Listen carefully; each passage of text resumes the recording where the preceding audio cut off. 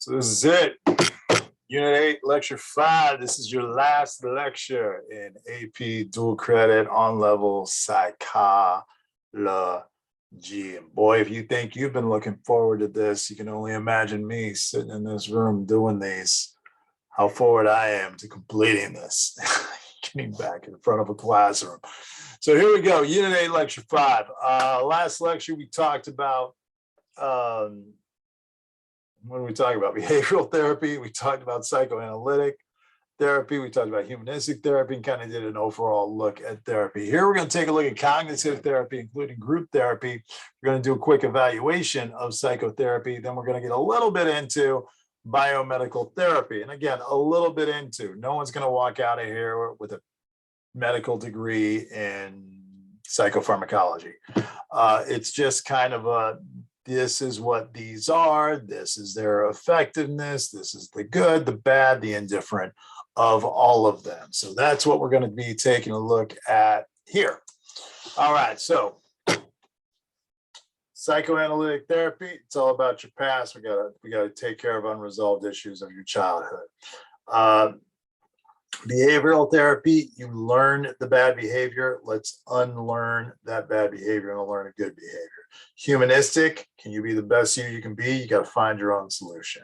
Now, cognitive. Cognitive is, it's all in how you think. Faulty thinking leads to faulty behavior. If I could change the way that I think, I could change the way that I am, change the way that I act. Teaches people new, more adaptive ways of thinking, which will change the ways that you act. It's based on the assumption that thoughts intervene between events and our emotional reactions are a result of this. You know, thinking colors our feeling. How we think colors how I feel. And changing what you think can literally change the emotion that you're experiencing, the physiological change that's going on. And this has become very common in the last 40 years. When you take a look at different psychoanalytic perspectives, cognitive behavioral is at the lead over behavioral, humanistic, interpersonal, psychodynamic, etc.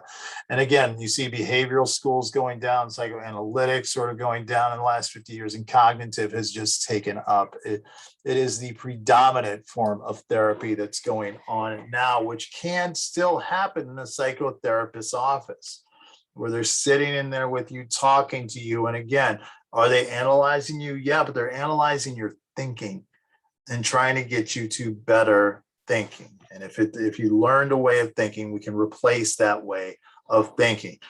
Gentleman most known for this is a gentleman by the name of Aaron Beck. This guy used to work with and for Freud. And he did dream interpretation. And what he noticed about dream interpretation and people who showed up with dreams is that they were all so negative. And then the themes of interpreting dreams were so negative. And he felt that you needed to take those dark glasses off and let in some sun. And you got to start to think about good things. Because when it comes to depression, depression is caused by your belief about yourself, your belief about your future, and your belief about the world. And if you can change your beliefs into more positive beliefs, you're going to feel a little bit better, because your thoughts, your behaviors, your emotions lead to your behavior, or who you are. Of course, your behavior leads to your behavior. So again, it's all about healthier people, few failures as external. There's some things outside my control, specific. It's that specific thing and temporary, versus unhealthy people. You know, when you have a bad situation, you're going through a breakup, somebody breaks your heart, you know what? That specific person broke up with me. That specific person broke my heart. And they've got things going on with them as well that they got to deal with. Maybe there were some things about me and I can deal with that and I can change that and not be the same person. Then this heartache is going to be temporary. All right. I can't control that person. I can't control who they want. And it is specifically that person. And then eventually I'm going to meet someone new and I'm going to feel better. It's temporary. It's specific. It's external. And that sort of thinking is going to make you feel better. Now, again, you don't ignore the bad things. You know, maybe you did some things which caused them to break up with you and you got to correct those. but you don't go, oh, she doesn't love me. No one's ever going to love me. And I'm never going to get over this heartache and I'm never going to find anyone. That's going to lead to depression. So cognitive behavioral therapy is a popular integration of changing self-defeated thinking. And that self-defeated thinking is going to change into more positive behavior. If you feel like you're a loser and no one's going to love you, of course, you can't be loved. You can't be loved by anyone until you love yourself, or at least like yourself, because you won't have anything available for someone else. I mean, if I hate myself, how could I possibly ever love someone who loves me? How will you love someone that I hate? I can't respect that person. So you got to like yourself. You got to be okay with you and realize you're the best you can be. A little humanism there. And then say that, this person who's dating me, look at what they're getting for being with me. I'm making them better. I got to like myself in order to love someone else. Because if I don't like myself, I'm not going to have anyone who's going to love me. All right. More stuff there in cognitive behavioral therapy. You can take a look at it. Now, again, rational motive therapy exposes and confronts the dysfunctional thoughts of their clients. Question the likelihood of events happening. You go, oh, well, what happens if I lose my job? Well, the odds of you losing your job are not that high if you do the right thing. As a matter of fact, if you did lose your job, would that be the worst thing in the world? What'd you hate about the job? Well, I hated my boss. I didn't like working for people. I didn't like the customers. Well, great. Well, look at what you've learned now. Now you can go out and get a job where you're not dealing with those customers all the time. You're tired of food service, get out of food service. Getting people to change what they say to themselves, to get them to change the way that they think and what they continue to say to themselves.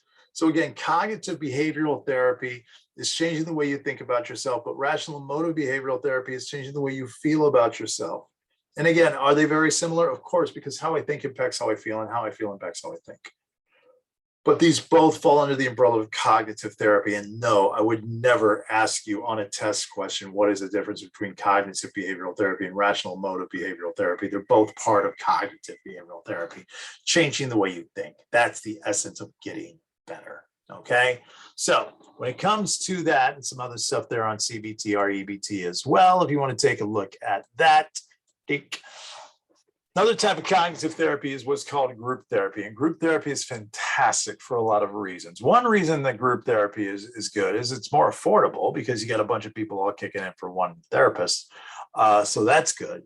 But also it surrounds you with other people going through what you're going through. A lot of times you go to a therapist, if I go to a therapist who doesn't have any children and I talk to them about my troubles with being a father, it's going to kind of be hard for me to get to identify with that person. And it may be hard for them to help me. I mean, they could still help me, but it might be a little bit difficult. My friend Mookie, who I talked about before, who suffered from schizophrenia, I found out that he had cancer and I was talking to him about it. He's pretty scared about it. And I've never had cancer. That being the truth, that I've never had it, I can give him every psychobabble.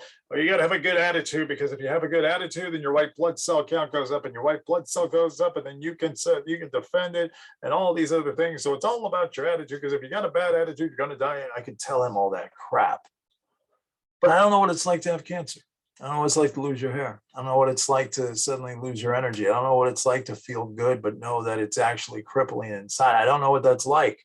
So my suggestion to Mook was call my dad, because my dad has been through cancer 3 times. He's been through Hodgkin's twice and also through colon cancer. The guy's a horse. He knows what it's like to lose hair and everything else. And he goes to cancer support meetings. He went through it while he had cancer, and he continues to go through them, even though he doesn't have cancer anymore. He's recovered because he wants to be there and help people in recovery, because sometimes there's a guilt of recovering from cancer. My father has had friends die from cancer. And so there's the guilt of why me, not them, whatever else. I don't know what it's like to be an alcoholic. I've never been a drug addict. Or never done drugs. I rarely ever drink. So I don't know what it's like for something like that to have control of you, or gambling, or video games, or a cell phone. But maybe if you're with other people who have been there and they know the way through there, that can help you out. There's this old I think I've told this before, but if not, and if I have, fast forward through this. But it's just basically this is the idea behind group therapy. Uh, Guys walking down the street falls into a ditch. I swear I've told this before. I'm going anyways. So he falls into the ditch, and various people are walking by. You know, he sees a fireman walk by. He goes, "Hey, hey, guy, can you put down a ladder to help me out?" And the guy just keeps walking by, doesn't give him, throws a little bell down, doesn't help him out.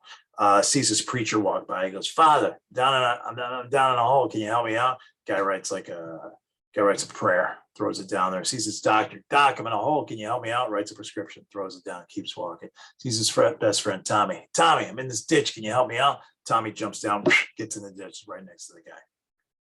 He goes, "Tommy, what are you doing?" "I needed some help. Now we're both stuck down here." Tommy goes, "Yeah, but I know the way out." A lot of times we need people who have been through that before. And by the way, one of the people you can go to, your parents. A lot of you guys think your parents went from 8 to 18 and they never experienced anything in between. They did. They experienced it with your DNA, with your hormone levels and everything else. Sure, they didn't have a smartphone, but they know what it's like. You want to be around other people like you. That's group therapy. That's why it can be very helpful. Couples therapy, family therapy, very important, especially for couples. How many times have you seen the family? I might have asked this before, but let me say it again. How many times have you known that couple that they're married, they have kids, last kid graduates high school, moves out, and within 2 years they're divorced? Because they married at 20, 21, and now suddenly they're 42, 43, and they forgot how to be a husband and wife. They only know how to be a mother and a father. Not to mention the fact that you change between the age of 40 and the age of 20. You might grow at different rates, have different interests, whatever. So a lot of times when couples get into arguments, it's about winning. I've got to win. I've got to be dominant, which, by the way, when you get into an argument with someone you're in a relationship with, it should not be about winning. Because if I'm in an argument with my wife and I'm like, I got to win, she's got to lose and I got to win. Well, if she loses the argument, I'm now married to a loser. I don't want that. And it should be all about making the relationship better. And sometimes to take the personal crap out of it and our egos and everything else, you need a neutral party there to look at it from the outside in instead of from the inside out. Family therapy is very important in this as well. As a father, my last kid graduated high school last year. And that's kind of weird because I still refer to my 3 youngest children as the little ones, the minions. I still sometimes think of them as 11, 10, and 8, but they're currently, the minions are, 21, 22, or he's 22, just turned 22, 20, and 18. And it's hard sometimes for me to grasp that. I got to start treating them older, but sometimes we get stuck in that way. So sometimes you need family therapy, where you need someone on the outside, someone who's not invested in the family, that can sort of rearrange this stuff, change the way that couples think, change the way that family members think and their roles and everything else. Types of therapy there.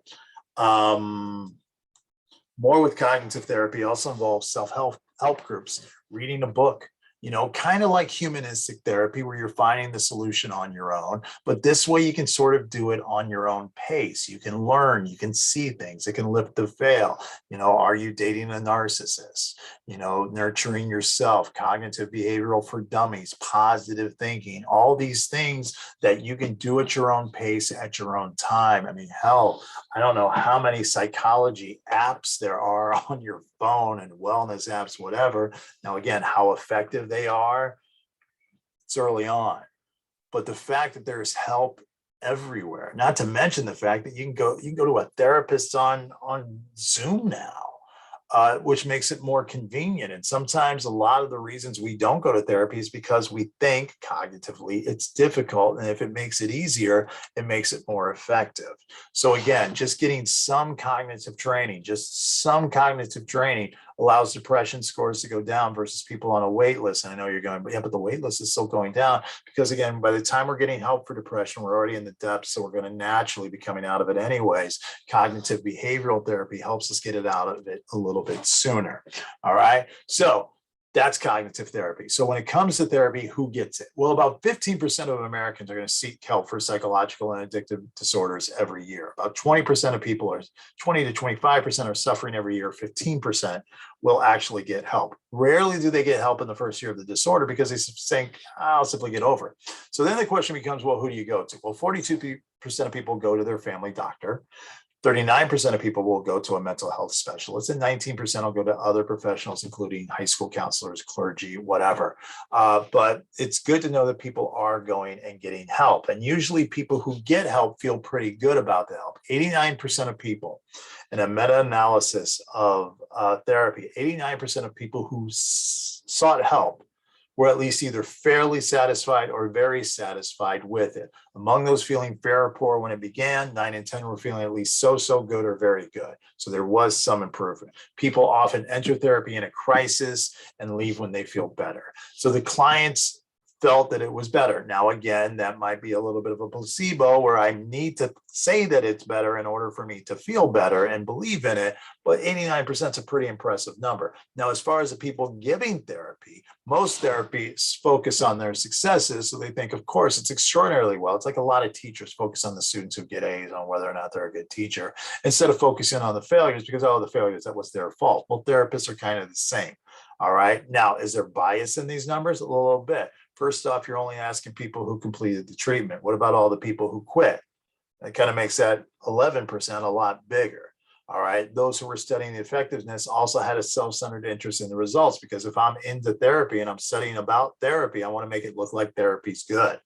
So there might have been a little bias in the study, but still 89% is a significant number, even though it might be a little bit higher than it should be. So again, the research on psychotherapy basically comes out to this. All right. Average untreated person falls into this. Is it good or is it bad? They fall into here. The person who gets help falls into about here. So the idea is getting some help is better than getting no help. There's going to be some people who never get any help who are going to get out of their depression, take care of their anxiety or whatever. And there's going to be some people who get help who are never going to do as well as those people. But in general, you see this move to the right. 80% of untreated people have poor outcomes than the average treated person. Most treatment is better than no treatment. Okay. Eisnick did this study, started in 52, only looked at 24 studies, but again, his results are not in dispute. So again, using many different studies in the 80s, the results found many things, and they were this. The good news is, the first in 1980, 475 investigations. The good news is getting some help is better than getting no help. When it came to does therapy help, 42% said helped a lot, 44% said it helped somewhat, we're up to 86. Only 14% said no help whatsoever. 62% of people said they were either very or completely satisfied, 27% fairly satisfied, only 11% not at all. Okay, very similar to those numbers that we looked at before. So again, the overwhelming conclusion is getting some help is better than getting no help. That's great. Good news about psychotherapy. Now, the pessimist in us that's cognitively thinking negatively, if there's good news, there must be bad news. And here's the bad news. The bad news is this: 75% of psychotherapy patients and 83% of drug therapy patients experience some types of relapse within 18 months of concluding their treatment, which is basically saying this: if you quit your diet, you're probably going to put weight back on. You know, if you quit going to therapy, if you quit doing the exercises that they give you, the mental exercises, changing your lifestyle, everything else, you stop taking your antidepressants and whatnot, it's going to cause a little bit of a relapse. You know, if you go, well, that's it, I'm no longer drinking, so I'm not an alcoholic, so I can go hang out with my drinking buddies again. That puts you at risk. You know, because remember we talked before about a set point. We had a physical set point, the way that we're born and our body is sort of designed to be. Well, we also have a mental set point as well, you know, where we can manipulate it. But if we stop the manipulation, we may go back to where we are. Sometimes people who are on antidepressants will need to take those antidepressants the rest of their lives, because that's just the way that their mind is. They sort of need it. You know, the person who needs to talk to someone during this traumatic time may need to talk to someone for a long time. Now, they may not need to go 3 times a week or even twice a month, but they may still need to check in, or at least have friends that they can check in with, at least have someone they can go talk to, even if it's not a professional. So again, therapy works, but quitting it, it's kind of hard. It's kind of tough. Some people can, but it's kind of tough. All right. Now let's talk real quick. Last thing on psychopharmacology, biomedical therapy, the study of the effects of drugs on the mind and behavior and everything else. They're the most widely used biomedical treatments today are drug therapy.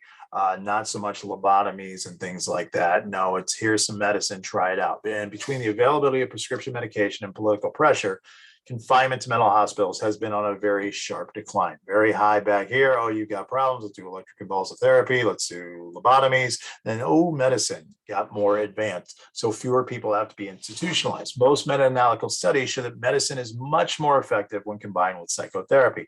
To just give someone a pill and expect them to be better, not as effective. To someone to go to psychotherapy and medication, at least in the beginning, very important. Some studies claim a pill alone is no more effective than a placebo. You know, the pill may relieve the symptoms, but it doesn't access the underlying problem when the pill, high of it, calming of it, whatever, wears off. Note that studies that show only a placebo effect are based on cases that are less than 2 months and mild as well. In a study of a pill's effectiveness, everyone gets the same dosage. Not everyone's issue is the same diagnosis. So that's another problem with the placebo effect. You know, this person may have this level of depression. This person has this level of depression, but if I'm giving them the same medication, can I really judge the placebo effect the same? So again, all these studies are kind of up in the air. So when it comes to different types of drugs, one type of drug is what is called an antidepressant. And if you're going through depression, you know, not having energy, this job is to stimulate your brain, to stimulate activity. Okay. This increases the availability of norepinephrine and serotonin, which gives an arousal and mood and energy during times of depression. These are known as uppers, if you will. Prozac blocks the reuptake of serotonin. So the serotonin, here we go. The serotonin that's going from one transmitter to the other, which sometimes gets sucked back into the original transmitter, this will block the reuptake. So it sends it to where it's supposed to be set. So the serotonin continues to go through the neoepinephrine, whatever. Zoloft, Paxil are the most widely prescribed drugs in the world. 10% of Americans are on it.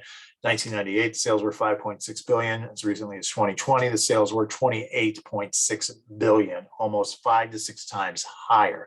So have we become a more depressed country? Of course not. We've become a more prescribed country, because what also happened around 1998, as Bill Clinton, the president of the United States, and Newt Gingrich, the Republican Speaker of the House, were working out a spending bill because of a budget surplus, and they wanted to pay off the national debt. The national debt, had we stuck with the Clinton Gingrich plan that was put together in 98, our national debt would have been paid off. I think in 2018, we'd have no debt. Well, that didn't work out. But part of the deal that was made is for drug companies who have a lot of lobbyists. So the drug companies would be able to advertise on TV, which is why you see television commercials now. And there's a lot of antidepressant television commercials now, where you see the little squiggly line cartoon figure walking around. Are you feeling low and depressed? And just there's a big cloud over it, whatnot. Well, take this and it'll have you. And so like the sunshine comes out and you bouncing around. And then as a result of that, you go, oh, well, look at that. That's now available. I should get that. That'll be fantastic. That'll help me. So you go to the doctor and you go, hey, doc, I need a prescription of this. Well, let's talk to you. Whatever. I need this prescription. And just watching the commercial on TV is already giving you a placebo effect and is already giving you an expectation of what this drug does. So the actual power of the drug doesn't matter as much.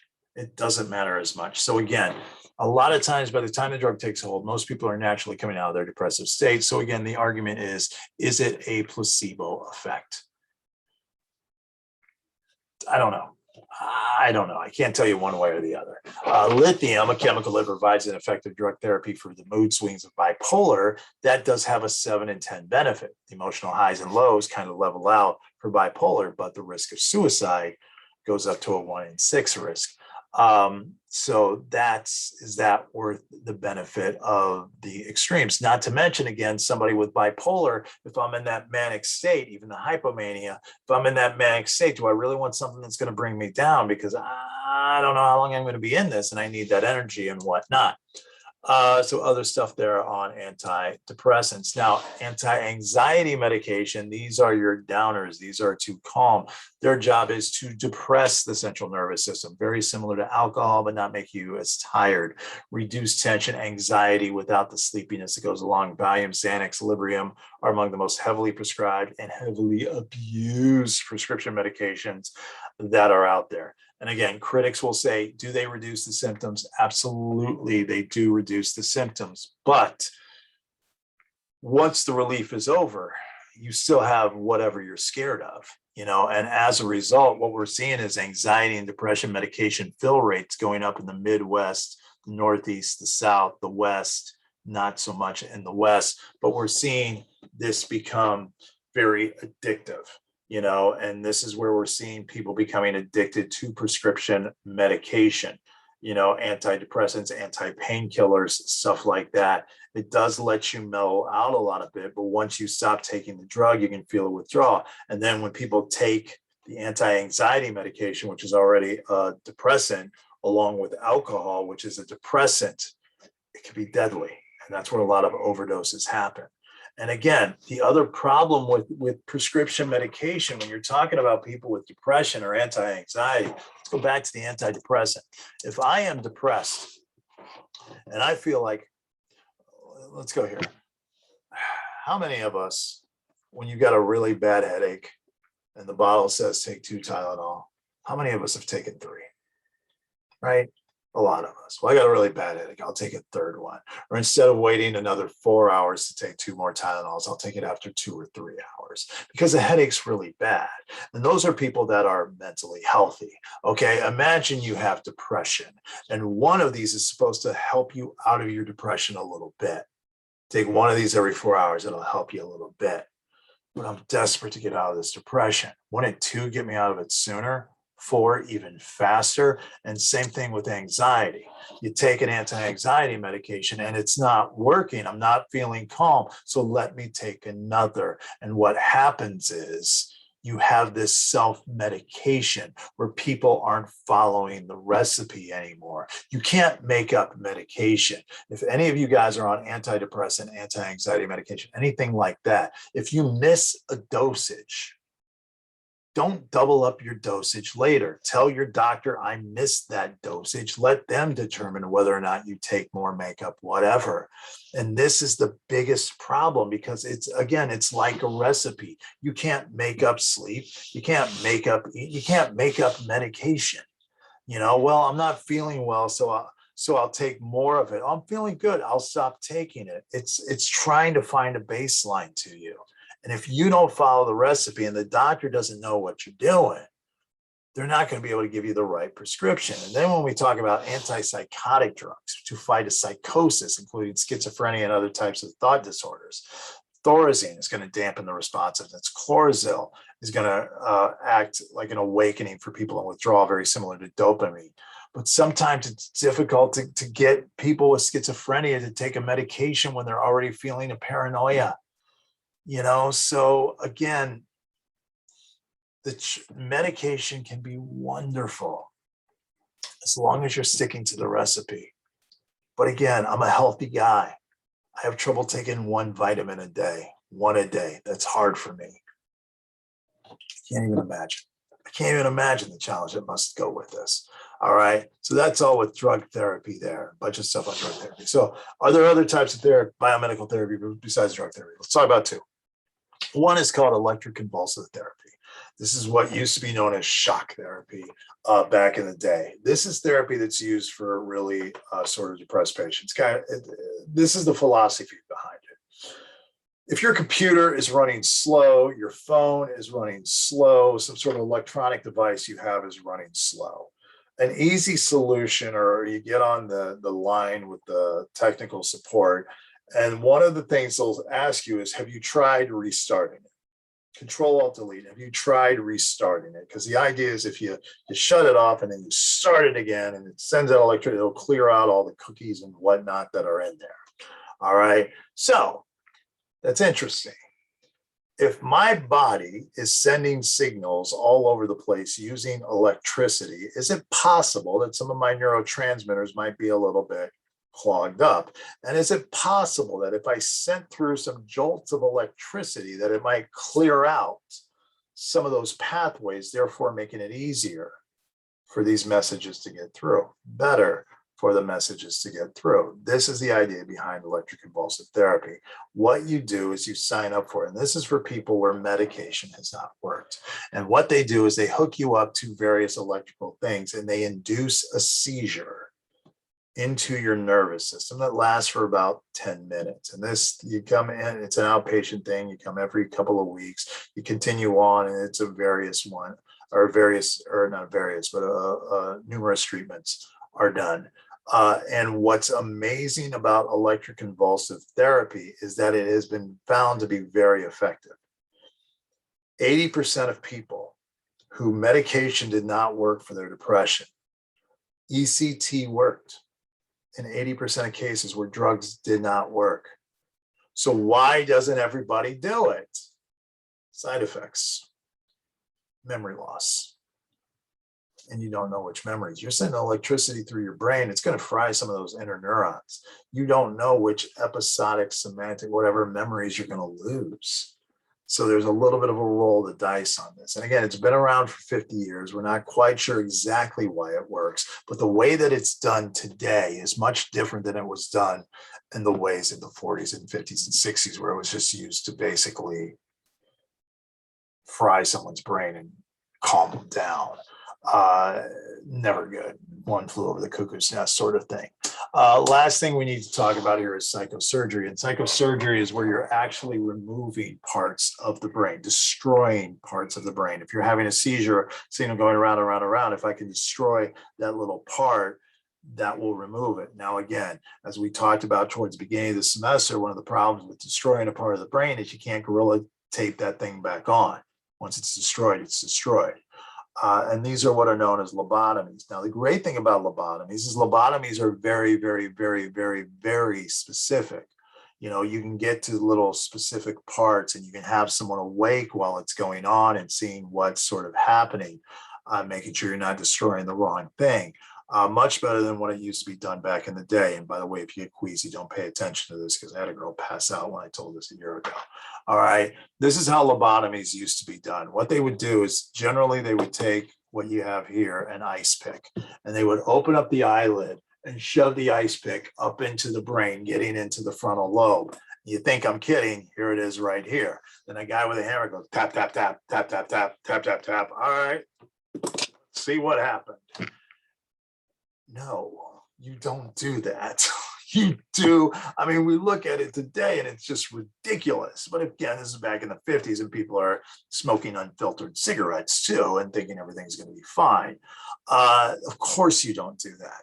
You know, lobotomy is done by a surgeon. You don't just stick an ice pick and go whacking around at it. That doesn't work in the same way you don't do electroconvulsive therapy by, you know, licking your fingers, grabbing a paperclip and shoving it into a socket. That's like getting rid of my depression. No, it won't. Of course it won't. All right. So again, biomedical therapy has advanced a long, long, long way, but it's still in its infancy because it's just kind of been going around for the last 20, 30 years. I think that is all you have gotten through APDC psychology. Congratulations. And I have gotten through 59 lectures in one summer. All right. Hope it all worked for you.